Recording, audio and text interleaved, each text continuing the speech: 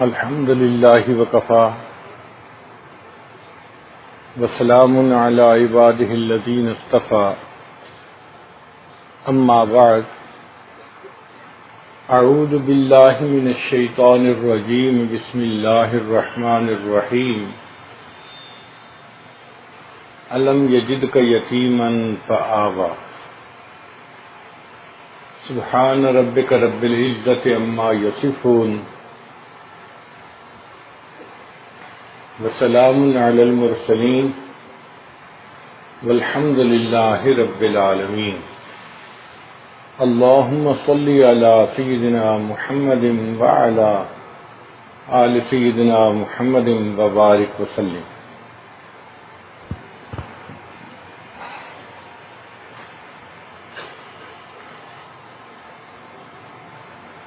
گھروں میں بچوں کو بیماری کے وقت جو سیرپ پلایا جاتا ہے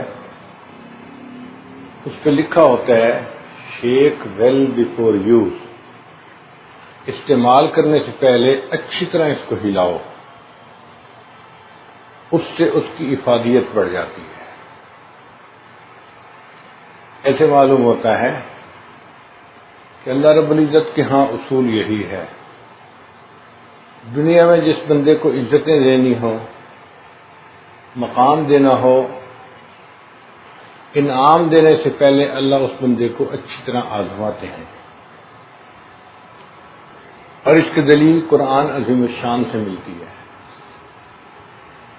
اللہ تعالیٰ ارشاد فرماتے ہیں وَإِذِ ابْتَلَىٰ إِبْرَاهِيمَ رَبُّهُ بِكَلِمَاتٍ، اور یاد کرو اس وقت کو جب آزمایا ابراہیم علیہ السلام کو اس کے رب نے چند باتوں میں، فَأَتَمَّهُنَّ، تو ابراہیم علیہ السلام اس میں 100% کامیاب، 100% کامیاب ہو گئے۔ قَالَ إِنِّي جَاعِلُكَ لِلنَّاسِ إِمَامًا، جب امتحان میں کامیاب ہو گئے اللہ فرماتے ہیں اے میرے ابراہیم ہم آپ کو انسانوں کا امام بنائیں گے، کہ منصب امامت سے پہلے آزمائے گئے۔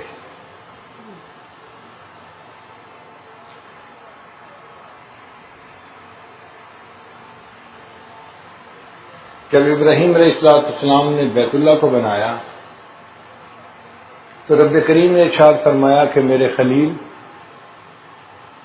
آپ نے اچھی مزدوری کی ہے، میرا گھر تعمیر کیا ہے، اور مزدوری مکمل ہونے پر مزدور کو اجرت دی جاتی ہے، اس کی پیمنٹ کی جاتی ہے۔ اب آپ مجھ سے مانگیے آپ اس کے بدلے کیا مانگتے ہیں؟ تو ابراہیم علیہ السلام نے سوچا کہ میں اللہ تعالیٰ سے کوئی انوکھی چیز مانگوں، چنانچہ کہا اے اللہ میں آپ سے دنیا کا مال و منال نہیں مانگتا، میں دنیا کا فضل و کمال نہیں مانگتا، اے اللہ میں وہ نعمت مانگتا ہوں جو تیرے خزانے میں بھی صرف ایک ہی ہے۔ میرے ابراہیم تم کیا چاہتے ہو؟ اے اللہ میں آپ سے آمنہ کا لال مانگتا ہوں۔ اللہ رب العزت نے دعا قبول فرمائی، چنانچہ نبی علیہ السلام نے ارشاد فرمایا میں ابراہیم علیہ السلام کی دعا کی قبولیت بن کے دنیا میں آیا ہوں۔ تو دعا مانگنے والے ابراہیم خلیل اللہ، آمین کہنے والے اسماعیل ذبیح اللہ، اور جو عمارت بنائی تھی اس عمارت کا نام بیت اللہ، اور یہ قصہ جہاں بیان ہوا اس کا نام کلام اللہ، اور جو اس دعا کی قبولیت بن کے تشریف لائے ان کا نام تھا محمد الرسول اللہ۔ اللہ کے محبوب صلی اللہ علیہ وسلم جب دنیا میں تشریف لائے تو آپ کی آمد سے پہلے اللہ نے 3 قریبی عزیز و اقارب کو آزمایا۔ پہلی آزمائش آپ کے دادا پہ آئی، نبی علیہ السلام کے جو دادا تھے ان کا نام تھا عبد المطلب، اصل نام ان کا تھا شیبہ، عربی میں شیبہ کہتے ہیں بوڑھے کو۔ بوڑھا نام کیوں رکھا گیا؟ پیدائشی طور پر جب ان کی ولادت ہوئی تو ان کے بالوں کی ایک لٹ تھی جو سفید تھی، سارے بال سفید نہیں تھے، کچھ کالے تھے، درمیان میں تھوڑے سے بال ایسے تھے جو سفید تھے، تو جب بال لمبے ہوتے تو ایک لٹ بن جاتی تھی، اس سفید بالوں کی وجہ سے ان کا نام شیبہ پڑ گیا۔ مگر یہ بچہ بچپن میں یتیم ہو گیا۔ اس کی والدہ کا نام تھا سلمہ، وہ مدینہ طیبہ کی رہنے والی تھی۔ جب خامند کی وفات ہوئی تو عدت گزارنے کے بعد وہ واپس اپنے میکے چلی گئی، مکہ مدینہ منورہ۔ وہاں کے جو خاندان والے تھے ان کی اقتصادی حالت اتنی اچھی نہیں تھی، تو یہ بچہ شیبہ غربت کے ماحول میں پرورش پاتا رہا۔ جب جوانی کی عمر کو پہنچا تو ایک دن اپنے دوستوں کے ساتھ تیر اندازی کا مقابلہ کر رہا تھا۔ مکہ کا ایک شخص وہاں سے گزرا، اس نے دیکھا کہ کچھ نوجوان آپس میں مقابلہ کر رہے ہیں۔ ایک لڑکا ایسا ہے جب بھی نشانہ لگاتا ہے بالکل نشانے پہ اس کا تیر بیٹھتا ہے، اور وہ بڑے ترنگ میں آ کے کہتا ہے میں بڑے قبیلے کا بچہ ہوں، مجھے زیب دیتا ہے کہ میرا نشانہ اپنی جگہ پر لگے۔ اس نے لوگوں سے پوچھا یہ کون ہے؟ بتایا گیا کہ یہ قریش قبیلے کا بچہ ہے، اپنی والدہ کے زیر کفالت ہے، مگر یہ اپنے خاندان کے اوپر ناز کر رہا ہے۔ وہ شخص ان کے چچا مطلب کا دوست تھا۔ جب واپس گیا تو اس نے اپنے دوست کو کہا میں نے تمہارے بھتیجے کو دیکھا مدینہ میں، بڑا اچھا اس کا نشانہ ہے، بہت خوبصورت بچہ ہے، مگر بہت غربت کے ماحول میں پل رہا ہے۔ تم خاندانی لوگ ہو اور امیر لوگ ہو، تم اپنے بھتیجے کا خیال کرو اور اس کی پرورش خود کرو تاکہ بچے کی تربیت اچھی ہو، اس کی شخصیت اچھی بنے۔ مطلب نے قسم اٹھا لی میں جب تک اپنے بھتیجے کو لے کے نہیں آؤں گا کین سے نہیں بیٹھوں گا۔ چنانچہ وہ مدینہ طیبہ آیا اور اس نے بچے کے ننیال والوں سے بات کی۔ قبیلے والوں نے مشورہ کیا اور بچے کی ماں کو کہا کہ دیکھو آپ کا بچہ یہاں رہے گا، غربت کا ماحول ہے، پریشانی ہے، لمیٹیشنز ہیں، بچے کے اندر نہ قائدانہ صفات پیدا ہوں گی، نہ بچے کی شخصیت کے اچھے پہلو اجاگر ہوں گے، تو بہتر ہے کہ بچہ اپنے ددیال میں چلا جائے، خوراک اچھی ہوگی، ماحول اچھا ہوگا تو یہ بچہ کچھ بن جائے گا۔ ماں بھی سمجھدار تھی، اس نے اپنی مامتا کو کنٹرول کیا اور بچہ اس کے چچا کے حوالے کر دیا۔ مطلب نے اس بچے کو اپنے سواری میں پیچھے بٹھایا اور اس کو لے کر مکہ مکرمہ داخل ہوئے۔ جب مکہ مکرمہ میں داخل ہو رہے تھے تو مکہ کے لوگوں نے دیکھا کہ مطلب اپنے پیچھے ایک نوجوان لڑکے کو لا رہا ہے۔ اس زمانے میں گھر میں کام کرنے کے لیے غلام چاہیے ہوتے تھے اور وہ اسی عمر کے بچے ہوتے تھے تاکہ ہلکے پھلکے ہوں اور خوب دوڑ بھاگ کے کام کر سکیں۔ اس نے عبد المطلب کے پیچھے اس بچے کو بیٹھا دیکھا تو وہ یہ سمجھا کہ مطلب اپنے لیے کوئی غلام لایا ہے، تو لڑکے کا نام اس نے عبد المطلب رکھ دیا، مطلب کا غلام۔ حالانکہ وہ مطلب کے غلام نہیں تھے، اس کے تو بھتیجے تھے۔ تو بچے کا نام شیبہ کی بجائے عبد المطلب پڑ گیا۔ اب یہ عمر میں تو چھوٹا تھا، لیکن اس کا آئی کیو لیول بہت اچھا تھا، بہت سمجھدار، معاملہ فہمی اتنی تھی کہ لوگ حیران ہو جاتے تھے، قوت فیصلہ ایسی تھی کہ لوگ اس سے آ کے اپنے مسائل حل کرواتے تھے۔ تو آہستہ آہستہ اس بچے نے اپنی خاندان میں اپنا ایک مقام بنا لیا، یہاں تک کہ خاندان والوں نے سوچا کہ بیت اللہ کی کنجیاں جو ہمارے پاس ہیں ہم عبد المطلب کے حوالے کر دیتے ہیں۔ تو یہ نوجوان قبیلے کا سردار بھی بن گیا اور اس کے ہاتھ میں بیت اللہ کی کنجیاں بھی آ گئیں، یہ بیت اللہ کا کنجی بردار بھی بن گیا۔ اللہ کی شان دیکھیے کہ اس نے شادی کی تو اس کے آگے 10 بیٹے ہوئے، قبیلے کا سردار بھی ہے، 10 بیٹوں کا باپ بھی ہے، تو اللہ نے اور عزت بڑھا دی، کیونکہ ان کے پاس بیت اللہ کی چابیاں تھیں۔ انہوں نے سنا ہوا تھا کہ پہلے دور میں کبھی یہاں پر ایک کنواں تھا جس کا نام تھا زمزم، پھر اس کے اوپر چٹان رکھ کے اس کو بند کر دیا گیا۔ مکہ مکرمہ میں پانی کا کوئی اور سورس نہیں تھا، اس لیے لوگ وہاں آتے تھے مگر چلے جاتے تھے، رہنا مشکل تھا، بغیر پانی کے کوئی کیسے رہے، پینے کو پانی نہیں، جینے کو پانی نہیں۔ تو عبد المطلب نے سوچا کہ میں کنویں کی تلاش کرتا ہوں، اگر مل گیا تو قبیلے کا رہنا آسان ہو جائے گا۔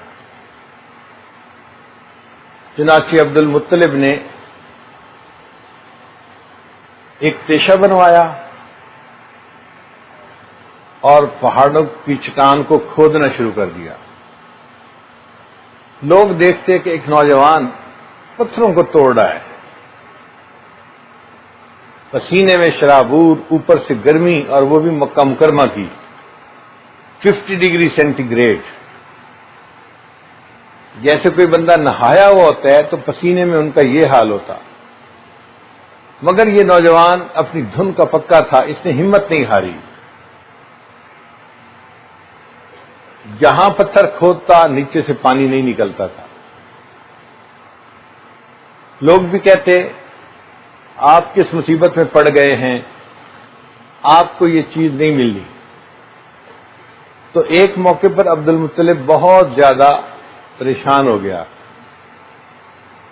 اس نے یہ منت مانی، میرے 10 بیٹے ہیں، اگر مجھے زمزم کا کنواں مل گیا، پانی نکل آیا، تو میں اپنے 10 بیٹوں میں سے ایک بیٹے کو اللہ کے نام پہ قربان کروں گا۔ اللہ کی شان دیکھیے، چند دن گزرے تھے کہ عبد المطلب نے ایک چٹان توڑی اور اس کے نیچے پانی موجود تھا۔ اب جب پانی نکل آیا تو قبیلے کے سارے لوگ خوش ہوئے، عبد المطلب کی عزت اور بڑھ گئی، جو دور دور لوگ رہتے تھے وہ بھی پانی کی وجہ سے کنویں کے قریب آ کر رہنے لگ گئے، تو بیت اللہ کے ساتھ ایک مستقل آبادی بن گئی۔ عبد المطلب نے سوچا کہ میں نے ایک منت مانی ہوئی تھی تو مجھے اب اس کو پورا کرنا چاہیے۔ اس نے اپنے 10 بیٹوں کی پرچیاں لکھی اور قرعہ اندازی کی کہ مجھے کس کو اللہ کے نام پہ قربان کرنا ہے۔ اللہ کی شان دیکھیے کہ ایک بیٹا تھا جو سب سے زیادہ خوبصورت تھا، چاند کا ٹکڑا تھا، اور اس کا نام بھی عبداللہ تھا۔ جب پرچیاں ڈالی گئیں تو عبداللہ کا نام نکلا۔ عبد المطلب نے فیصلہ کر دیا کہ میں عبداللہ کو اللہ کے نام پہ قربان کروں گا۔ تو عبد المطلب پہ بھی آزمائشیں آئیں، کہ یتیم بن کر زندگی گزاری، بغیر باپ کے مشکلات میں زندگی گزاری، مصیبتیں برداشت کی، اور بالآخر اللہ نے ان پر اپنی رحمتوں کے دروازے کھول دیے۔ اب جب انہوں نے عبداللہ کو قربان کرنے کے لیے قدم اٹھایا تو لوگوں نے ان کو منع کیا، آپ کا بیٹا چاند جیسا خوبصورت ہے، آپ اسے کیوں ذبح کرتے ہیں؟ انہوں نے کہا دیکھو بھائی، مجھے اپنی منت پوری کرنی ہے، میں نے نظر مانی تھی، اب ایک بیٹا مجھے قربان کرنا ہے اور وہ عبداللہ کا نام نکلا ہے، میں کسی اور کو نہیں ذبح کر سکتا، اسی کو کرنا ہے۔ لوگوں نے ایک مشورہ دیا کہ آپ ایسا کریں، عبداللہ کی جگہ اونٹوں کو قربان کر دیں۔ کیسے پتہ چلے کتنے اونٹوں کو قربان کرنا ہے؟ انہوں نے کہا کہ آپ 10 کی نیت کریں اور پھر قرعہ اندازی کریں، عبداللہ کو قربان کروں یا 10 اونٹوں کو؟ قرعہ عبداللہ کے نام نکلا، پھر 10 اونٹ اور بڑھا دیے، عبداللہ کو قربان کروں یا 20 اونٹوں کو؟ عبداللہ کا نام نکلا۔ یہ معاملہ اسی طرح چلتا رہا، حتیٰ کہ جب 100 اونٹوں کا نام رکھا اور قرعہ ڈالا تو قرعہ نکلا کہ 100 اونٹوں کو قربان کیا جائے۔ عبد المطلب نے ارادہ کیا کہ اس بیٹے کے بدلے میں 100 اونٹوں کو قربان کروں گا۔ یوں وہ جو عبداللہ تھے وہ ذبیح اللہ کہلائے، اللہ کے نام سے ذبح ہونے والا، کہ ان کے والد نے ان کی جگہ 100 اونٹوں کو اللہ کے نام سے ذبح کیا تھا۔ ایک مرتبہ ایک دیہاتی آدمی نبی علیہ السلام کی خدمت میں حاضر ہوا اور اس نے کوئی بات کی تو نبی علیہ السلام نے فرمایا تجھے پتہ نہیں کہ میں ذبیحین کا بیٹا ہوں، 2 ذبح ہونے والوں کا بیٹا ہوں؟ اس نے پوچھا کیسے؟ فرمایا ایک میرے اجداد میں اسماعیل تھے جو ذبیح اللہ بنے، اللہ کے نام سے قربان ہوئے، اور دوسرا جو میرے والد عبداللہ تھے وہ بھی ذبیح اللہ تھے، تو میں 2 ذبح ہونے والا کا بیٹا ہوں۔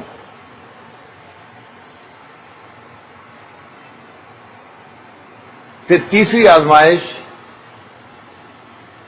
نبی علیہ السلام کی والدہ ماجدہ پہ آئی، ان کا نام تھا آمنہ۔ جب حضرت عبداللہ جوانی کی عمر کو پہنچے،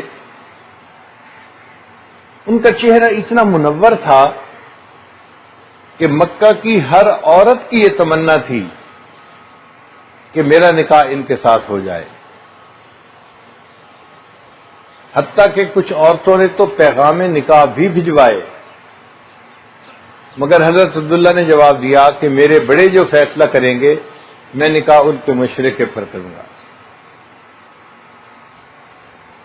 جب حضرت عبد المطلب نے ارادہ کیا نکاح کرنے کا تو انہوں نے سوچا کہ میں کسی اچھے خاندان میں ان کا نکاح کروں گا، تو وہ اپنے بیٹے عبداللہ کو لے کے مکہ سے مدینہ آئے۔ مدینہ طیبہ میں ایک قبیلہ تھا، اس کا نام تھا بنو زہرہ۔ اس قبیلے کی ایک لڑکی تھی، عمر تھی 16 سال، حضرت عبداللہ کی عمر تھی 18 سال، جوڑ بہت اچھا تھا، بچی کے اندر جو صفات ہونی چاہیے وہ تمام صفات تھیں، بہت سلجھی ہوئی تھی، تحمل مزاج تھی، اچھے اخلاق والی تھی، تواضع تھی، خوبصورت تھی، خوبصیرت تھی، ہر صفت اس کے اندر تھی۔ چنانچہ عبد المطلب نے اس کے لیے رشتہ مانگا، گھر والوں نے خوشی سے رشتے پر ہاں کر دی اور حضرت عبداللہ کا نکاح ہو گیا۔ رخصتی ہو کر وہ بچی مکہ مکرمہ میں آ گئی۔ وہ اپنے خاوند کے پاس چند مہینے رہی۔ چند مہینے کے بعد ایک قافلہ مکہ مکرمہ سے شام کی طرف گیا تجارتی سفر کے لیے۔ تو عبد المطلب نے اپنے بیٹے عبداللہ کو کہا کہ بیٹے قافلہ جا رہا ہے، اگر آپ بھی اس میں شریک ہونا چاہیں تو کچھ سامان مکہ سے خرید لیں جو شام جا کر بیچیں، پھر وہاں سے سامان خریدیں جو واپس مکہ آ کر بیچیں، ہمیں منافع ہو جائے گا تو گزر آسان ہو جائے گی۔ حضرت عبداللہ اس کے لیے تیار ہو گئے، لیکن ایک مشکل درپیش تھی کہ شادی کو بھی چند مہینے ہوئے تھے۔ شادی شدہ لوگ جانتے ہیں کہ شادی کے ابتدائی چند مہینوں میں میاں بیوی میں محبت کی گرم جوشی ہوتی ہے، نیا نیا تعلق ہونے کی وجہ سے ایک دوسرے کو بہت زیادہ مس کرتے ہیں۔ جب حضرت عبداللہ نے شام کے سفر کا ارادہ کر لیا تو بی بی آمنہ کے لیے یہ ایک بڑی تکلیف دہ خبر تھی۔ وہ سفر کوئی 2 دن 4 دن ہفتے کا نہیں ہوتا تھا، 6 مہینے لگ جاتے تھے۔ اب شادی کے ابتدائی دنوں میں خامد سے 6 مہینے دور رہنا ایک مشکل معاملہ تھا۔ خیر، حضرت عبداللہ نے تیاری کی۔ جس دن انہوں نے سفر پہ جانا تھا تو بی بی آمنہ امید سے تھیں، اس وقت حاملہ ہو چکی تھیں۔ ان کی آنکھوں میں آنسو آ گئے، میں امید سے ہوں اور آپ جا رہے ہیں، میں اکیلے یہ بچے کے حمل کا معاملہ کیسے نبھاؤں گی؟ تو حضرت عبداللہ نے ان کو بڑی تسلی دی، آپ مطمئن رہیں، آپ کی صحت ٹھیک رہے گی، کوئی پریگننسی کی ڈیفیکلٹی نہیں پیش آئے گی، اور میں بس سفر پہ جا رہا ہوں، میں جلدی واپس آ جاؤں گا۔ پھر انہوں نے اظہار محبت کے لیے یہ کہہ دیا کہ آمنہ، جب قافلہ واپس آئے گا نا تو میں اپنے کام کو سمیٹ کے جلدی گھر آؤں گا، اور میرا دل چاہتا ہے کہ تم دروازے کے قریب میرا استقبال کرنا۔ میں گھر کا دروازہ کھولوں تو سب سے پہلے تمہارا چہرہ دیکھوں۔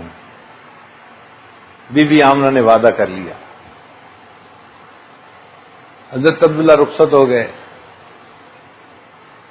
اللہ کی شان دیکھیں کہ شام سے جب یہ قافلہ واپس لوٹا تو حضرت عبداللہ بیمار ہو گئے، ان کو بخار آ گیا۔ ایک تو سفر کی مشقت تھی، اوپر سے گرمی کا موسم، اور تیسرا بخار کی تکلیف۔ جب مدینہ پہنچے، یہ راستے میں پڑتا تھا مدینہ، تو اور زیادہ طبیعت خراب ہو گئی۔ سسرال تھا وہاں۔ جب انہوں نے دیکھا کہ بھئی داماد اتنا بیمار ہے، طبیعت خراب ہے، کمزور ہو گیا ہے، انہوں نے کہا حضرت عبداللہ کو کہ ہم آپ کو جانے نہیں دیں گے، قافلہ چلا جائے، آپ یہاں رکیں، ہم آپ کا علاج کروائیں گے، اور جب آپ ٹھیک ہو جائیں گے آپ بعد میں مکہ چلے جانا۔ تو حضرت عبداللہ وہاں رک گئے، قافلہ واپس مکہ مکرمہ آ گیا۔ اب مکے والے کو تو پتہ نہیں تھا کہ کیا حالات پیش آئے۔ بی بی آمنہ اپنے خامن سے کیے ہوئے وعدے کے مطابق جس دن قافلہ پہنچا اس دن تیار ہوئی، صاف ستھرے کپڑے پہنے، خوشبو لگائی، اور وہ اپنے گھر کے دروازے کے قریب آ کر بیٹھ گئیں کہ میرا خامن دروازہ کھولے گا اور سب سے پہلے مجھے دیکھنا پسند کرے گا۔ صبح سے لے کے شام تک انتظار میں رہیں، حضرت عبداللہ نہیں آئے۔ پریشانی شروع ہو گئی کہ سب قافلے میں جانے والے آ گئے تو عبداللہ کیوں نہیں آئے؟ جب قافلے والوں سے پتہ کیا تو انہوں نے کہا جی کہ وہ تو بیمار تھے اور مکہ مکرمہ رہ گئے۔ تو اور پریشانی ہوئی۔ چنانچہ مکہ مکرمہ سے کچھ لوگ مدینہ طیبہ گئے حضرت عبداللہ کو لینے کے لیے، اور اللہ کی شان دیکھیں کہ جب وہ وہاں پہنچے تو ان کے پہنچنے سے پہلے حضرت عبداللہ کی وفات ہو گئی۔ تو یوں اللہ کے محبوب صلی اللہ علیہ وسلم ابھی دنیا میں تشریف نہیں لائے تھے، اس سے پہلے آپ کے والد گرامی کی وفات ہو گئی۔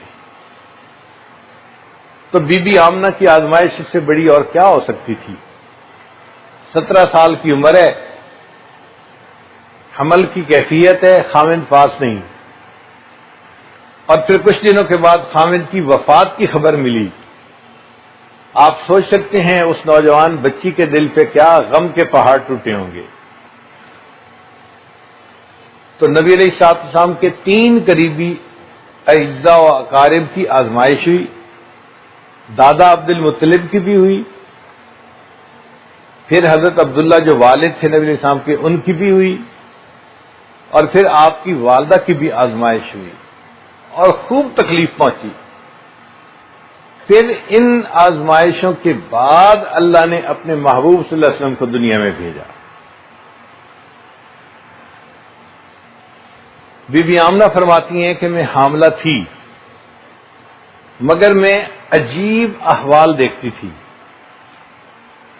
حاملہ عورت کو عام طور پہ بچے کی وجہ سے عجیب کیفیت ہوتی ہے، اور میری حالت یہ تھی کہ مجھے پتہ ہی نہیں چلتا تھا کہ میں حاملہ ہوں یا نہیں ہوں، کوئی تکلیف نہیں تھی پریگننسی کی۔ ہاں جو میں عجیب و غریب باتیں دیکھتی تھی وہ عجیب تھی۔ کیا کہ جب میں باہر نکلتی تو جس درخت کے قریب سے گزرتی درخت کی ٹہنیاں جھک جاتی تھیں، جیسے درخت ان کو جھک کے سلام کر رہے ہوتے تھے، اور میں دھوپ کی حالت میں باہر نکلتی تو آسمان پہ بادل آ جاتا اور مجھے سایہ مل جاتا تھا، اور جب میں زمزم بھرنے کے لیے کنویں پہ جاتی تو پانی جو بہت نیچے ہوتا تھا اس کی سطح بڑھ جاتی تھی اور وہ بالکل کنارے کے قریب آ جاتا تھا۔ مکہ مکرمہ کی باقی عورتیں مجھے پکڑ کے وہیں کھڑے رکھتی ہیں، آمنہ آپ جب تک کھڑی رہو گی پانی اوپر رہے گا، ہمارے لیے پانی بھرنا آسان ہوگا، چلی جاؤ گی پانی نیچے ہو جائے گا، ہمیں مشقت اٹھانی پڑے گی۔ تو وہ فرماتی ہیں کہ میں یہ عجیب و غریب احوال دیکھتی تھی اور دل میں سوچتی تھی کہ ہو سکتا ہے جو بچہ میرے پیٹ میں امانت ہے وہ بابرکت بچہ ہو، اور اس کی برکت سے اللہ مجھے سایہ بھی عطا کرتے ہیں، درخت جھک کے سلام بھی کرتے ہیں، اور زمزم پانی بھی آسانی سے مل جاتا ہے۔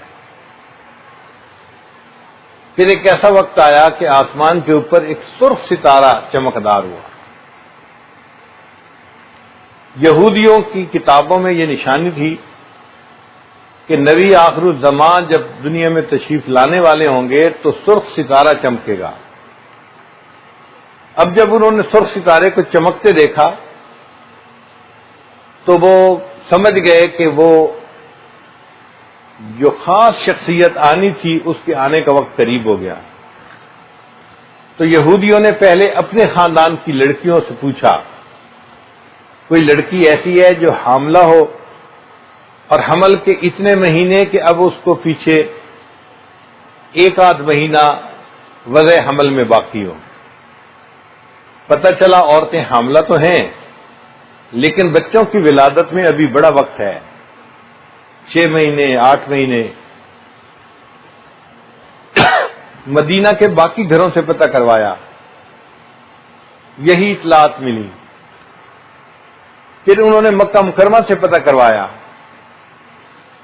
ان کو پتہ چلا کہ ایک عورت ہے جس کا نام ہے آمنہ، وہ حاملہ ہے اور اس کے حمل کے ایام ایسے ہیں کہ بس چند دنوں میں اس کے ہاں بچے کی ولادت ہے۔ تو نبی علیہ السلام کی ولادت مبارکہ سے پہلے یہودیوں کو اندازہ ہو گیا تھا کہ یہ بچہ ہماری نسل میں سے نہیں ہوگا بلکہ بنو اسماعیل میں سے ہوگا۔ بی بی آمنہ کے گھر میں خرچے کی بہت تنگی تھی۔ ایک جوان بچی جس کا خاوند نہ ہو اس کو خرچے میں تنگی نہیں ہوگی تو کیا ہوگا؟ فرماتی ہیں کہ جس دن بچے کی ولادت ہونی تھی میرے پاس چراغ جلانے کے لیے تیل کے پیسے نہیں تھے، میں نے اندھیرے میں ہی رات بسر کی۔ جب صبح سحری کا وقت ہوا تو ان کے ہاں بچے کی ولادت اندھیرے کی حالت میں ہوئی۔ بی بی آمنہ کہتی ہیں کہ جب بچے کی ولادت ہوئی تو میں نے اس بچے کو چارپائی پہ لٹایا، جب دیکھا تو وہ بچہ اوندا پڑا ہوا تھا۔ غور کرنے کا پتہ چلا کہ یہ بچہ اپنے رب کے سامنے سجدہ کر رہا تھا۔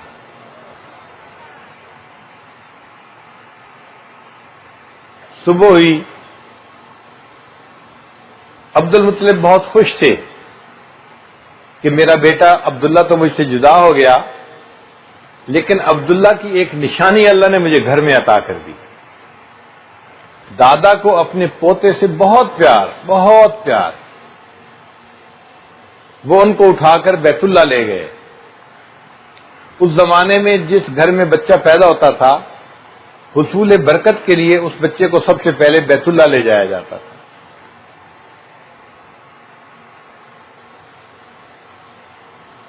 جب 7 دن گزر گئے تو بچے کا نام رکھنا تھا۔ آمنہ نے عبد المطلب سے پوچھا کہ بچے کا نام کیا رکھیں؟ انہوں نے کہا کہ میں نے بچے کا ایک نام سوچا ہے جو آج تک کسی نے نہیں رکھا۔ کیا نام رکھیں گے؟ کہنے لگے کہ میں اس کا نام محمد رکھوں گا۔ آپ یہ نام کیوں رکھیں گے؟ کہنے لگے کہ میں اس بچے کو لے کے جب بیت اللہ گیا تھا، جس بندے کی نظر اس پر پڑی تھی اس بندے نے تعریف کی تھی اس کی، اور جس بچے کی سب سے زیادہ تعریفیں کی جائیں اس کو محمد کہتے ہیں عربی میں۔ تو نبی علیہ الصلوۃ والسلام کے 2 نام پڑ گئے، ایک محمد اور ایک احمد صلی اللہ علیہ وسلم۔ محمد کا مطلب وہ شخصیت جس کی اتنی تعریفیں کی گئی ہوں کہ کائنات میں اتنی تعریفیں کسی اور کی نہ کی گئی ہوں۔ اور واقعی اللہ کے محبوب صلی اللہ علیہ وسلم کی تعریفیں اپنوں نے بھی کی، پرایوں نے بھی کی، مسلمانوں نے بھی کی، کافروں نے بھی کی۔ 100 سے زیادہ شاعر ایسے ہیں جو کافر تھے اور انہوں نے نبی صلی اللہ علیہ وسلم کی شان میں کلام لکھا۔ پھر اس سے بڑھ کر دیکھیے کہ لوگوں کی تعریفیں تو مخلوق نے کی، یہ وہ شخصیت تھی جس کی تعریفیں اللہ نے قرآن مجید میں کی۔ اس کا مطلب یہ کہ نبی علیہ السلام کی جتنی تعریفیں ہوئی ہیں کائنات میں کوئی اور نہیں جس کی تعریفیں اتنی ہوئی ہیں۔ تو آپ واقعی محمد تھے۔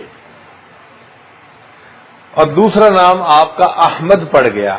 احمد کہتے ہیں وہ شخصیت جس نے اللہ کی تعریفیں اتنی کی ہوں کہ کائنات میں کسی اور نے اللہ کی حمد اتنی بیان نہ کی ہو۔ تو نبی علیہ السلام نے واقعی اللہ کی اتنی تعریفیں کی، اتنی حمد بیان کی کہ اتنی حمد کسی اور نے بیان نہیں کی۔ نبی علیہ السلام نے ارشاد فرمایا قیامت کا دن ہوگا، ساری مخلوق پریشان ہوگی، پھر وہ آدم علیہ السلام کے پاس جائیں گے، پھر ابراہیم علیہ السلام کے پاس، پھر موسیٰ علیہ السلام کے پاس، پھر عیسیٰ علیہ السلام کے پاس، بالآخر سارے میرے پاس آئیں گے کہ آپ اللہ کے حبیب ہیں، آپ اللہ سے عرض کیجئے کہ اے اللہ اب آپ اپنی مخلوق کا حساب شروع کریں تاکہ یہ جو آج کے دن کی سختی ہے، اتنی گرمی ہے، ہم اس سختی سے بچنا چاہتے ہیں۔ نبی علیہ السلام فرماتے ہیں پھر اللہ تعالیٰ مجھے مقام محمود عطا فرمائیں گے، میں مقام محمود پہ جا کے سجدہ کروں گا اور سجدے میں اللہ کی ایسی تعریفیں کروں گا جو تعریفیں کبھی کسی نے پہلے نہیں کی ہوں گی، نہ کوئی اس کے بعد ایسی تعریفیں کر سکے گا۔ تو اللہ کے محبوب صلی اللہ علیہ وسلم احمد بھی تھے، اسی لیے آپ صلی اللہ علیہ وسلم کی امت کو قیامت کے دن حمادون کہا جائے گا،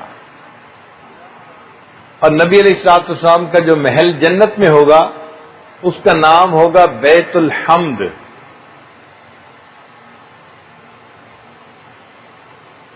تو نبی علیہ الصلوۃ والسلام محمد بھی اور احمد بھی، تو یہ 2 نام رکھ دیے گئے۔ نبی علیہ السلام نے فرمایا دنیا میں میرا نام محمد ہے اور آخرت میں میرا نام احمد ہوگا۔ پہلی کتابوں میں جو نبی علیہ الصلوۃ والسلام کی تشریف آوری کی خوشخبریاں تھیں وہ احمد کے نام سے تھیں۔ اب 7 دن کے بعد بچے کی پرورش کا مسئلہ آیا۔ عربوں میں ایک دستور تھا کہ وہ اپنے بچوں کو پرورش کے لیے دیہاتوں میں بھیج دیتے تھے۔ دیہاتوں میں بیماریاں کم ہوتی تھیں، وائرس وغیرہ نہیں ہوتا تھا۔ مکہ مکرمہ چونکہ ایک مرکزی جگہ تھی، قافلے آتے جاتے رہتے تھے تو ان کے ساتھ بیماریاں بھی آتی جاتی تھیں، تو لوگ ڈرتے تھے کہ بچہ بیمار ہو گیا، طبی سہولتیں تھیں نہیں، تو ایسا نہ ہو کہ بچہ کمزور ہو جائے یا فوت ہو جائے، تو وہ اپنے بچوں کو دیہات میں بھیج دیتے تھے۔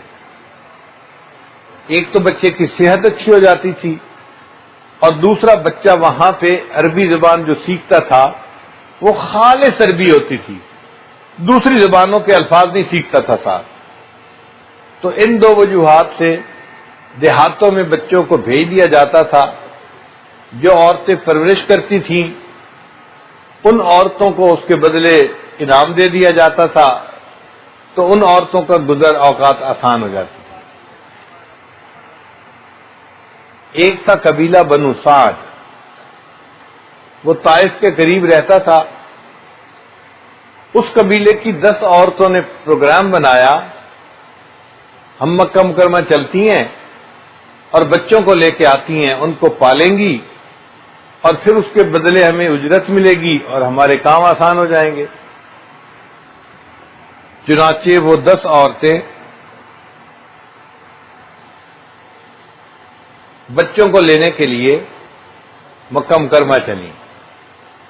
ان میں ایک عورت تھی جس کا نام تھا حلیمہ، اور وہ اسم با مسمہ تھی، جیسے نام تھا حلیمہ حلم والی، جس میں تحمل مزاجی بہت ہو،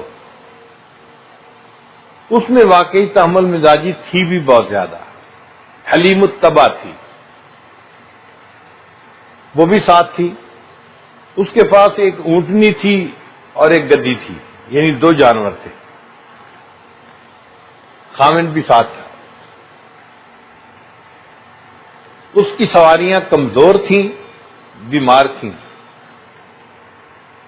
باقی 9 عورتیں آگے نکل جاتی، حلیمہ پیچھے رہ جاتی، تو عورتوں کو کھڑے ہو کر انتظار کرنا پڑتا۔ راستے کا سفر اسی طرح مشکل میں گزرا۔ عورتیں تیز چلتی، پھر ان کو رکنا پڑتا، پھر ان کو رکنا پڑتا، اور وہ بڑی تنگ تھیں کہ حلیمہ کو ساتھ رکھنے کے لیے ہمیں رکنا پڑتا ہے اور سفر میں دیر ہو رہی ہے۔ جب مکہ مکرمہ کے قریب پہنچی تو انہوں نے حلیمہ سے کہا کہ حلیمہ، آپ کی سواری کمزور بھی ہے، بیمار بھی ہے، آپ ہمیں آزاد کر دو، ہم جاتی ہیں اور جا کے بچے لے لیتی ہیں، اور آپ اپنی رفتار سے آنا اور بعد میں بچہ لے کے آ جانا۔ حلیمہ نے ان سب کو اجازت دے دی۔ چنانچہ 9 عورتیں مکہ مکرمہ پہنچیں، اور جو امیر لوگوں کے گھروں کے بچے تھے انہوں نے اپنی گود میں لے لیے۔ جب حلیمہ مکہ مکرمہ میں پہنچی اور انہوں نے پتہ کیا کہ کوئی بچہ ہے کہ جس کو میں اپنی گود میں لے سکتی ہوں، تو بتایا گیا کہ ایک بچہ ہے تو صحیح، مگر وہ یتیم بچہ ہے، اس کا والد فوت ہو چکا ہے۔ اس کا مطلب یہ کہ اگر حلیمہ اس کو پالے گی تو پرورش کے بعد انعام دینے والا اس کا باپ نہیں ہوگا، تو انعام نہیں مل پائے گا۔ حلیمہ اس پر غمزدہ ہوئی، فرماتی ہیں کہ میرے دل میں خیال آیا کہ میں بچے کی شکل تو دیکھوں، بچہ ہے کیسا۔ بچہ چارپائی پر لیٹا ہوا تھا اور اس کے اوپر ایک چادر ڈالی گئی تھی۔ فرماتی ہیں کہ جب میں نے کپڑا ہٹایا کہ بچے کا چہرہ دیکھوں تو بچے نے آنکھیں کھول دیں اور مجھے دیکھ کر مسکرایا۔ حلیمہ کہتی ہے کہ اس بچے کی مسکراہٹ نے تو میرا دل ہی مو لیا، اور میں نے اپنے دل میں سوچا مجھے بچے کی پرورش پر انعام نہیں ملے گا، مال نہیں ملے گا، مگر اس بچے کو پالتے ہوئے اس کی مسکراہٹیں تو مجھے ملیں گی، اس سے میرا دل جو ہے اس کو تسکین مل جائے گی۔ چنانچہ حلیمہ نے اس بچے کو گود میں لینے کا فیصلہ کر لیا۔ بی بی آمنہ کو بتا دیا کہ میں اس بچے کو لے جانا چاہتی ہوں۔ انہوں نے کہا کہ انتظار کرو، اس کے دادا آئیں گے، فیصلہ تو وہ کریں گے۔ چنانچہ تھوڑی دیر میں عبد المطلب بھی آ گئے۔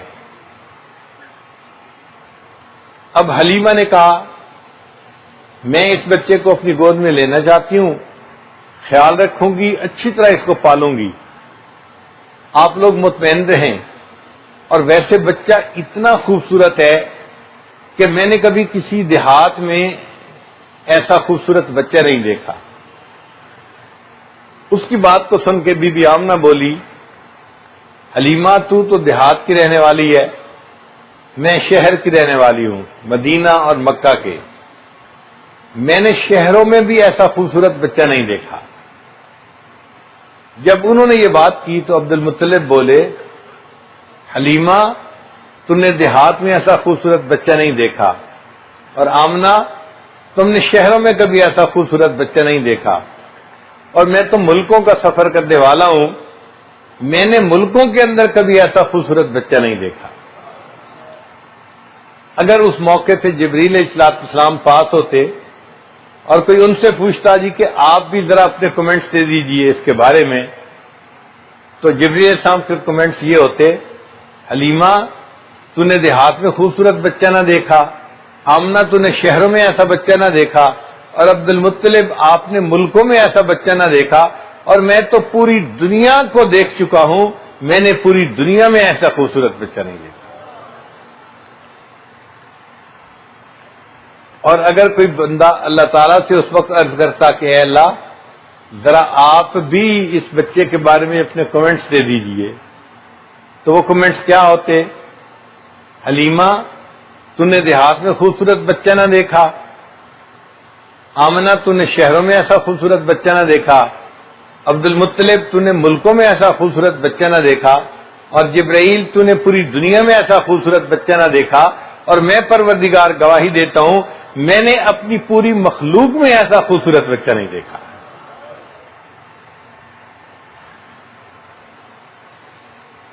اے چہرہ اے زیبائے تو رشک بتانے آزری، ہر چند وصفت بھی کنم در حسن زاں بالا تری، آفاق کہا گردیدم مہر بتاں ورزیدم، بسیار خوباں دیدم اما تو چیزیں دیکھی۔ میں نے بہت چمکتے چہرے والوں کو دیکھا، اے اللہ کے محبوب صلی اللہ علیہ وسلم آپ تو کوئی چیز ہی اور ہے، آپ کے حسن کی تو بات ہی کچھ اور ہے۔ بہرحال آمنہ بچے کو دینے کو تیار، حلیمہ بچے کو لینے کو تیار۔ آمنہ نے دعا دے کے بچے کو رخصت کیا۔ یہ جو لمحہ ہوتا ہے نا کہ ماں دعا دے کے بچے کو رخصت کرے، یہ بڑا انمول ہوتا ہے۔ ذرا تاریخ پہ نظر ڈالیں، اسماعیل علیہ السلام کو بی بی ہاجرہ نے اپنے باپ کے ساتھ رخصت کیا دعائیں دے کے کہ کسی بڑے سے ملاقات کرنی ہے۔ ماں نے دعائیں دے کے بچے کو رخصت کیا، بچہ لوٹ کے واپس آیا تو اسماعیل ذبیح اللہ بن چکا تھا۔ موسیٰ علیہ السلام کی والدہ نے اپنے بچے کو دعا دے کے دریا میں ڈالا۔ ان کی والدہ کو اندازہ نہیں تھا میرا بیٹا جب لوٹ کے واپس آئے گا تو یہ موسیٰ کلیم اللہ کا لقب پائے گا۔ آج بی بی آمنہ اپنے بچے کو رخصت کر رہی تھی دعائیں دے کے، اور بی بی آمنہ بھی نہیں جانتی تھی یہ میرا بچہ جب زندگی میں بڑا ہوگا تو یہ محمد الرسول اللہ کہلائے گا۔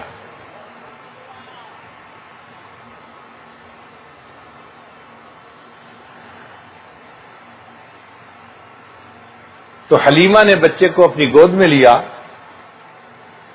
جب باہر آئی تو خامن سے ملاقات ہوئی، خامن نے پوچھا حلیمہ تو کس بچے کو لے کے آئی؟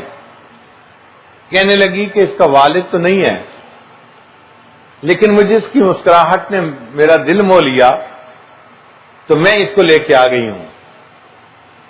خامن توکل والا انسان تھا، اس نے کہا اچھا اگر آپ کا دل مطمئن اور خوش ہے نا، عسى اللہ ان یجعل لنا فیہ برکہ، ہو سکتا ہے اللہ تعالیٰ اس بچے کے پالنے میں ہمارے لیے برکتیں رکھ دے۔ کہتی ہے کہ جس کا اب نہیں ہوتا اس کا رب ہوتا ہے۔ ابو سے اب کا لفظ بنا، اب باپ کو کہتے ہیں، جس کا اب نہیں ہوتا اس کا رب ہوتا ہے، اور جس کا رب ہوتا ہے پھر اسی بندے کا سب ہوتا ہے۔ حلیمہ نے اس بچے کو کیا گود میں لیا، سب نعمتیں اس کے پاس آ گئیں۔ خامن کو کہا کہ چلو چلتے ہیں، باقی 9 عورتیں تو چلی گئیں، ان کا تو آدھا سفر بھی کٹ گیا ہوگا، ہم پیچھے رہ گئے، رات ہونے والی ہے، جلدی چلے۔ تو خامن نے اپنی بیوی کو کہا کہ اچھا تم بیٹھو۔ حلیمہ سواری پہ بیٹھی، اس کا خامن آگے بیٹھا، سواری کو چلاتا ہے، سواری چلنے سے انکار کرتی ہے۔ یہ کیا ہوا، سواری چل کیوں نہیں رہی؟ خامن جیسے ہی نیچے اترا سواری چلنے کے لیے تیار، جب تیار تو دوبارہ بیٹھا، سواری نے پھر انکار کر دیا۔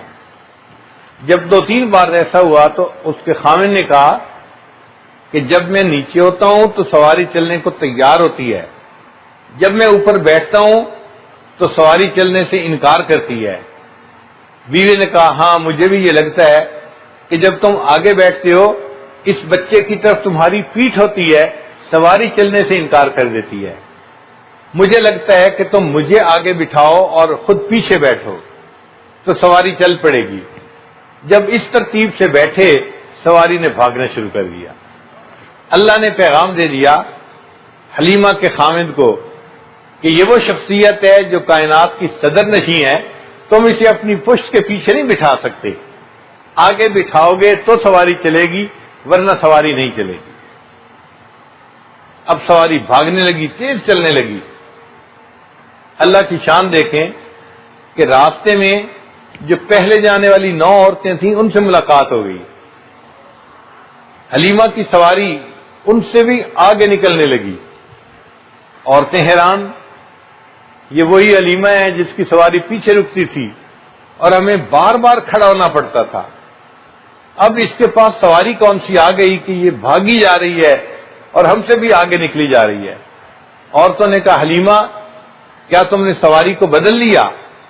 حلیمہ نے جواب دیا میں نے سواری کو تو نہیں بدلا، البتہ سواری کا سوار بدل گیا ہے جس کی وجہ سے سواری تیز چلنے لگ گئی ہے۔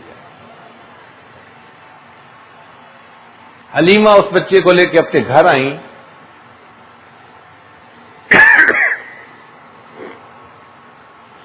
فرماتی ہیں کہ گھر میں بکریاں تھیں جو بوڑھی تھیں،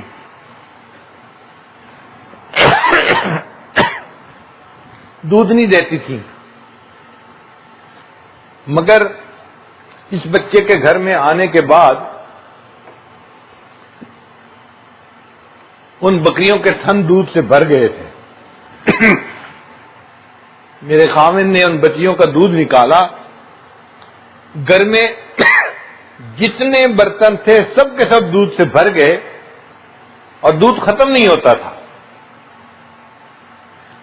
میرے خامن تعجب میں مجھے کہنے لگا حلیمہ اس بچے کی یہ برکت ہے کہ بکریاں اتنا دودھ دے رہی ہیں کہ ہمارے گھر میں اس کے رکھنے کے لیے کوئی برتن نہیں بچا۔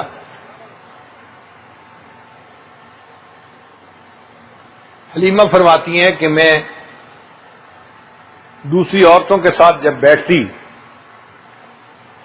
اور وہ عورتیں ہمارے گھر کی بکریوں کے دودھ کی مقدار دیکھتی حیران ہو جاتی، حلیمہ تم اپنی بکریوں کو کس جگہ چراتی ہو سکتا ہے وہاں پر ایسی جھاڑی ہو، ایسا گھاس ہو کہ جس کے کھانے سے بکریوں کا دودھ بڑھ جاتا ہو۔ میں انہیں بتاتی کہ میری بکریاں فلاں جگہ چرتی ہیں، وہ عورتیں بھی اپنی بکریاں وہاں چراتی، مگر ان کی بکریوں میں اتنا دودھ نہ ہوتا جو میری بکریوں میں دودھ تھا۔ اللہ تعالیٰ دکھانا چاہتے تھے کہ حلیمہ، یہ جو برکتیں تم دیکھ رہی ہو یہ اس بچے کے یہاں پر آنے کی وجہ سے ہیں۔ اللہ تعالیٰ نے اپنے بعض پیغمبروں کو محلات میں پالا ہے۔ حضرت یوسف علیہ السلام نے محلات میں پرورش پائی، حضرت موسیٰ علیہ السلام نے فرعون کے محل میں پرورش پائی۔ اگر اللہ تعالیٰ چاہتے تو اپنے محبوب صلی اللہ علیہ وسلم کو بھی کسی محل میں پال سکتے تھے، مگر اللہ نے حلیمہ کے ایک غریب سے گھر کو پسند فرمایا تاکہ دنیا کو پتہ چل جائے کہ یہ مال و دولت کی وجہ سے ان کی تربیت اچھی نہیں ہوئی، بلکہ اللہ کی برکتیں اس کے ساتھ ہیں۔ یہ ایک غریب سے ماحول میں پل کے پیدا ہونے والا یتیم بچہ آج اللہ نے دیکھو عزتوں کا تاج اس کے سر کے اوپر رکھ دیا ہے۔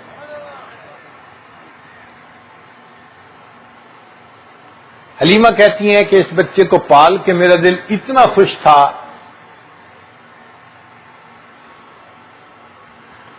کسی نے ہماری علاقائی زبان میں کچھ اشعار لکھے ہیں، اگر سمجھ نہ آئے تو کچھ اس کا اردو ترجمہ کر دوں گا۔ حلیمہ میں تیرے مقدراں تو صدقے، حلیمہ میں تیرے مقدر پہ صدقے جاؤں، تو مدنی دا جھولا جھلیندی بھی ہو سیں، کہ مدنی جب جھولے میں سوتا ہوگا تو تو بیٹھ کے جھولے کو جھلاتی ہوگی۔ کیا مقدر تھے تیرے، رحمت للعالمین، کائنات کے سردار پرورش پا رہے ہیں اور آپ بیٹھ کے ان کے جھولے کو جھلا رہی ہیں۔ ہے سونے دا مکھڑا نورانی نورانی، تو تکدی تا رہی ہیں چمیندی بھی ہو سیں۔ اللہ کے محبوب صلی اللہ علیہ وسلم کا اتنا خوبصورت چہرہ، حلیمہ تو دیکھتی تو تھی، کبھی کبھی اس کو پیار سے بوسہ بھی دیتی ہوگی۔ تیرے مقدر پہ قربان نہ جائیں تو اور کیا کہیں۔ اور نبی علیہ السلام کا حسن تو عجیب تھا۔ نبی علیہ السلام نے ارشاد فرمایا، میرے بھائی یوسف علیہ السلام سبیح تھے، میں ملیح ہوں۔ سبھی کہتے ہیں گورا چٹا سفید، تو یوسف علیہ السلام کا رنگ جو تھا وہ بالکل سفید رنگ تھا، دودھ سفید جیسا، خوبصورت تھے۔ نبی علیہ السلام کا رنگ مبارک اتنا سفید تو نہیں تھا، مگر نقشدین اتنے خوبصورت تھے کہ جو بندہ دیکھتا تھا دیکھتا ہی رہ جاتا تھا۔ ہمارے آقا صلی اللہ علیہ وسلم کے حسن میں اور یوسف علیہ السلام کے حسن میں فرق تھا۔ جو یوسف علیہ السلام کو دیکھتا تھا تو اتنا خوبصورت چہرہ تھا کہ اس کی نظر ان پہ ٹکتی ہی نہیں تھی۔ جیسے مصر کی عورتوں نے دیکھا تو کہا ما ھذا بشرا ان ھذا الا ملک کریم، یہ بشر نہیں، یہ تو کوئی بڑا عزت والا فرشتہ نظر آتا ہے۔ تو یوسف علیہ السلام کا حسن ایسا تھا کہ دیکھنے والے کی نظر یوسف علیہ السلام پر ٹکتی ہی نہیں تھی، اور میرے آقا صلی اللہ علیہ وسلم کا حسن ایسا تھا کہ جو بندہ آپ کے چہرے کو دیکھتا تھا اس کی نظر اس چہرے سے ہٹتی ہی نہیں تھی، نظر ہٹانے کو دل نہیں چاہتا تھا۔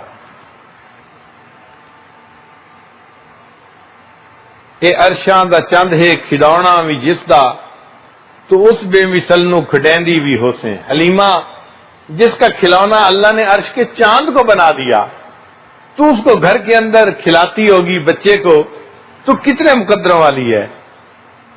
اے انگلی نپا کے تو ویڑے دے اندر، خدا دے سجن نو ٹریندی بھی ہو سیں۔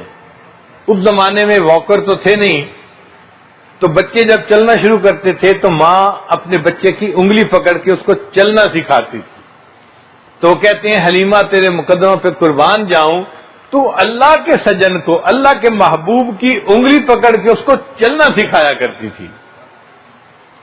کدی نال تیڈے نزاکت سونا، اور رستا بھی ہو سی منیندی بھی ہو سیں۔ اور بچے کئی مرتبہ اپنی ماں سے ناراض ہو جاتے ہیں چھوٹی چھوٹی بات پہ.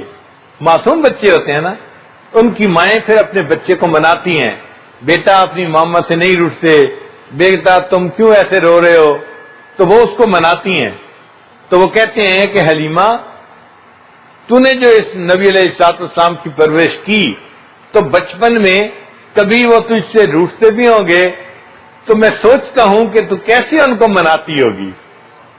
تو ان کے رخسار کو بوسہ دیتی ہوگی، ان کو سینے سے لگاتی ہوگی، ان کی منت سے ماجت کر کے اس بچے کو مناتی ہوگی. تیرے منانے پہ میں سمجھتا ہوں کہ تیرے مقدر ہم سب سے اعلیٰ ہیں. نوا کے سجا کے تے کجلا بھی پا کے تو ٹھوڑی ہلا کے ہسیندی بھی ہوتے ہیں.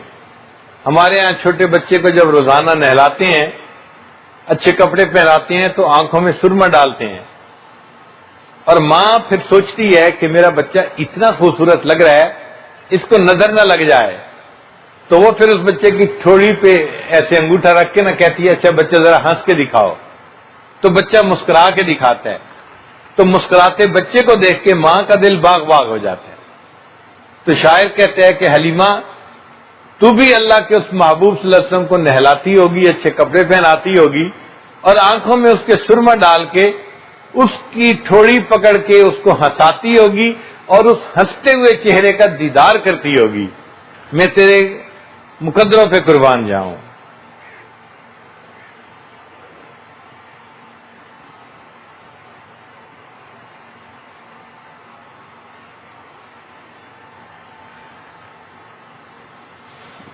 اللہ کے محبوب صلی اللہ علیہ وسلم دنیا میں تشریف لائے،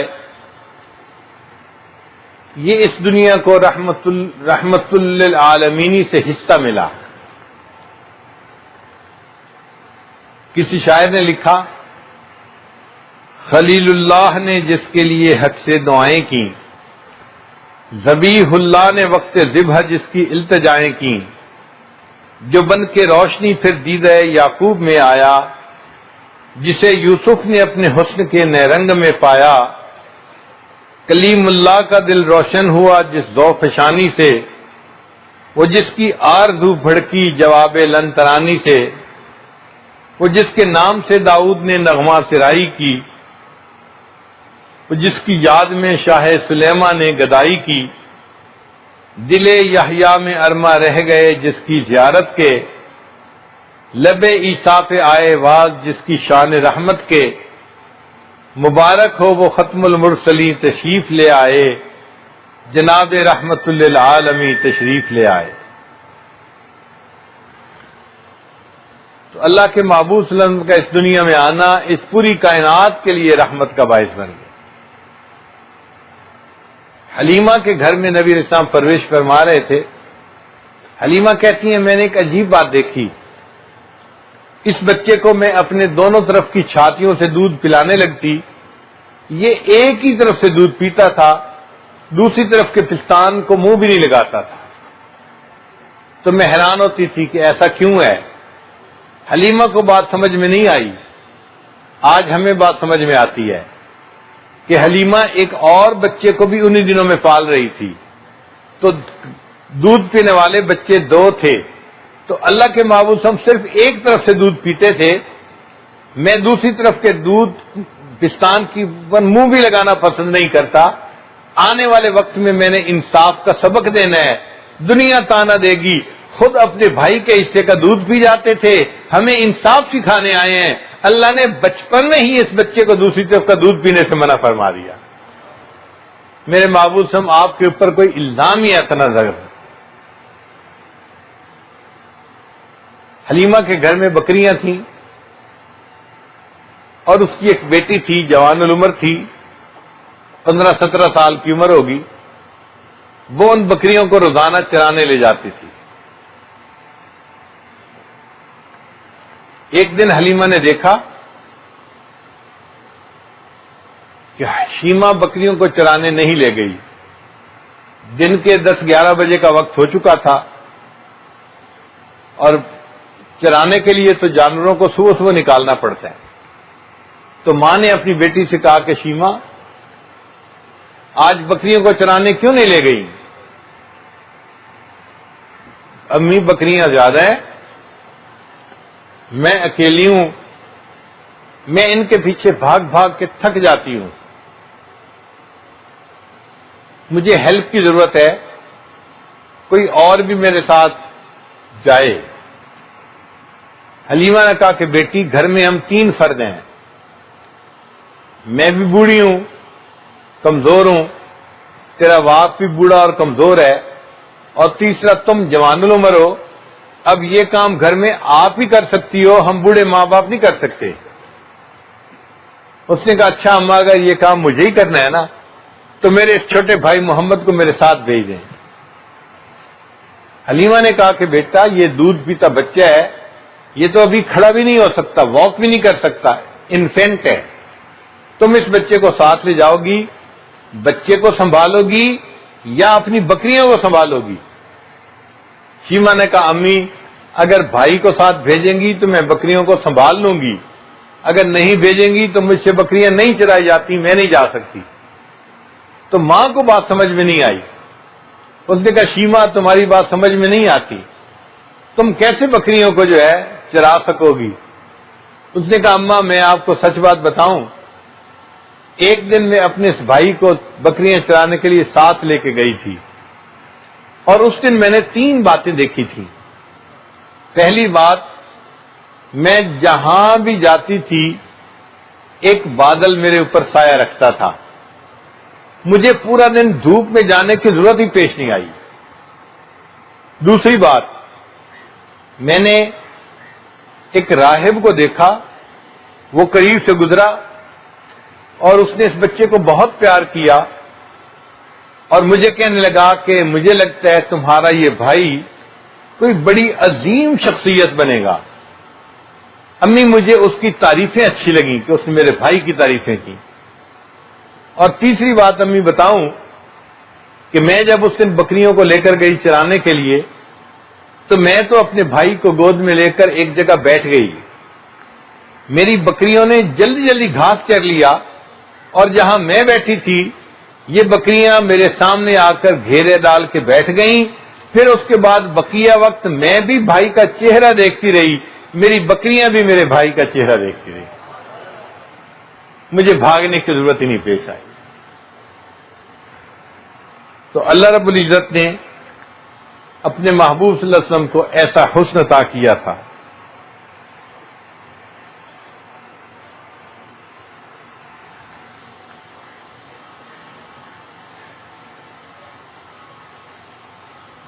حلیمہ سعدیہ نے بچے کی اچھی پرورش کی، اور جب 4 سال کی عمر تھی تو وہ اس کو واپس اپنی والدہ کے پاس لے کے آئی، پھر یہ بچہ اپنی والدہ کے پاس رہنے لگا۔ ایک دن بی بی آمنہ کے دل میں خیال آیا کہ میں اپنے بچے کو مدینہ طیبہ لے جاؤں تو میرے عزیز و اقارب بھی میرے بیٹے کو دیکھیں گے اور خوش ہوں گے۔ چنانچہ اس نے اپنے بیٹے کو لیا اور مدینہ طیبہ پہنچی۔ جو جو رشتہ دار دیکھتا تھا وہ خوش ہوتا تھا، اور یہ بھی کہتا تھا کہ یہ بیٹا تو اپنے باپ کی بالکل کاپی نظر آتا ہے، فوٹو کاپی ہے۔ حضرت عبداللہ کا نام آتا تھا کہ جیسے ان کا چمکتا چہرہ تھا، خوبصورت چہرہ تھا، وہی خوبصورتی ہمیں اس بچے کے چہرے پہ نظر آ رہی ہے۔ تو جب سب نے تذکرہ کیا تو بی بی آمنہ کے دل میں بھی اپنے خاوند کا خیال آیا کہ کیوں نہ میں ان کی قبر پہ حاضری دوں، وہ اپنے بچے کو لے کے اپنے خاوند کی خبر پر پہنچی۔ نبی علیہ السلام فرماتے ہیں کہ میری والدہ مجھے لے کر میرے والد کی قبر پر گئیں، میں چھوٹا تھا، مجھے نہیں پتا چلا کہ وہاں ہوا کیا، اتنا پتا تھا کہ میری والدہ جب وہاں جا کر کھڑی ہوئی ان کی آنکھوں سے آنسو ٹپک رہے تھے، اور میں نے اپنی والدہ کو روتے ہوئے دیکھا تو والدہ کو روتے دیکھ کر میں بھی رونے لگ گیا۔ اب کسی نے نہیں بتایا کہ بی بی آمنہ کیا کہہ رہی تھی، لیکن جب ہم تخیل کے دنیا میں جائیں تو دل میں بات آتی ہے کہ بی بی آمنہ اپنے خاوند سے یوں کہہ رہی تھی، عبداللہ آپ نے تو مجھ سے وعدہ کیا تھا میں سفر سے لوٹ کے آؤں گا، تم گھر کے دروازے کے اوپر کھڑے ہو کے میرا انتظار کرنا، میں دروازہ کھولتے ہی تمہارا چہرہ دیکھنا چاہوں گا۔ عبداللہ میں سارا دن وہاں کھڑی رہی، آپ مجھ سے جدا ہو گئے، اور عبداللہ آپ کے پیچھے ایک نشانی آپ کی میرے پاس ہے، کاش اس بچے کا چہرہ آپ دیکھتے تو آپ کہہ دیتے کہ واقعی اتنا خوبصورت بچہ میں نے نہیں دیکھا۔ اور عبداللہ میں آپ کی نشانی کو لے کے اب آپ کے پاس آئی ہوں۔ جب کچھ عرصہ مدینہ طیبہ میں قیام رہا تو بی بی آمنہ نے فیصلہ کیا کہ اب میں واپس مکہ مکرمہ جاتی ہوں۔ چنانچہ ان کے ساتھ ان کی ایک کنیز تھی، باندھی تھی، اور اپنا بیٹا تھا، اور اس کو لے کر وہ مکہ مکرمہ کی طرف روانہ ہوئی۔ اللہ کی شان دیکھیے، ابوا کا ایک مقام تھا، پہاڑی علاقہ تھا، وہاں پہ بی بی آمنہ کی بھی وفات ہو گئی، اور جو باقی سفر تھا وہ نبی علیہ الصلوۃ والسلام نے اس باندی کے ساتھ کیا، اس نے دودھ پلایا۔ مکہ مکرمہ میں عبد المطلب کا یہ حال تھا کہ وہ اپنے پوتے کو دینے کے لیے اداس تھے۔ روزانہ صبح وہ ناشتہ کرنے کے بعد مدینہ سے آنے والے راستے پر بیٹھ جاتے اور ہر آنے والے سے پوچھتے کہ آپ نے راستے میں کسی خاتون کو آتے دیکھا؟ انتظار میں تھے کہ میری بہو اپنے بیٹے کو لے کے کب آئے گی۔ اللہ کی شان دیکھیں کہ ایک دن ایک عورت ایک بچے کے ساتھ آئی، جب قریب پہنچی تو پھر عبد المطلب نے پہچانا کہ وہ تو باندھی تھی۔ پوچھا اس سے کہ میری بہو کہاں ہے؟ اس نے اطلاع دی کہ بچے کی پیدائش سے پہلے تو اس کا والد جدا ہو گیا تھا، اب اس عمر میں اس کی والدہ بھی جدا ہو گئی۔ پھر تھوڑے عرصے کے بعد دادا بھی وفات پا گئے۔ نبی علیہ الصلوۃ والسلام نے اس کا نام عام الحزن رکھا، غم کا سال۔ والدہ بھی چلی گئی اور دادا بھی چلے گئے، اور آپ اپنے چچا کی کفالت میں آ گئے۔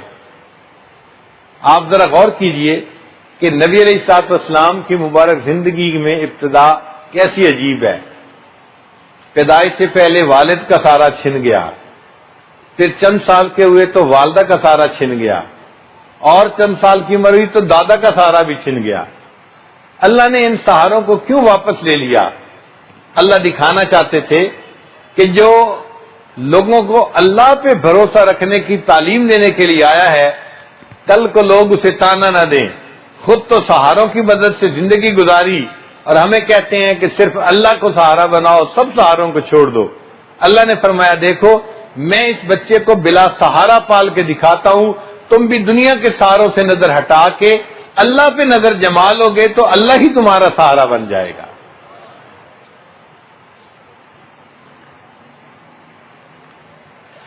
نبی علیہ الصلوۃ والسلام کو یتیم سے بہت محبت تھی۔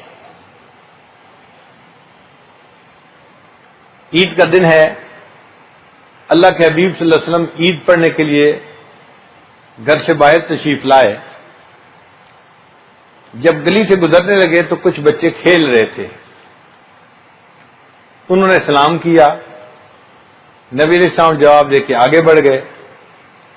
آپ صلی اللہ علیہ وسلم نے دیکھا کہ ایک بچہ ایک مکان کے دروازے کے قریب بیٹھا ہے اور بڑا اداس ہے، فریش نہیں ہے، پرانے کپڑے پہنے ہوئے ہیں اور غمزدہ چہرے کے ساتھ بیٹھا ہے۔ تو نبی علیہ السلام رک گئے، اس بچے سے پوچھا کہ بچے تم کیوں اس طرح اداس بیٹھے ہو؟ اس نے کہا کہ جی میں یتیم مدینہ ہوں، میرا والد فوت ہو چکا، اب گھر میں کوئی نہیں تھا جو میرے نئے کپڑے بنواتا، اور میری والدہ مجھے نہلا کے خوشبو لگا کے عید کے لیے والد کے ساتھ بھیجتی، تو میں یہاں مغموم بیٹھا ہوں اور آج اس خوشی کے دن میں اپنے والد کو یاد کر رہا ہوں اور میرا دل بڑا غمزدہ ہے۔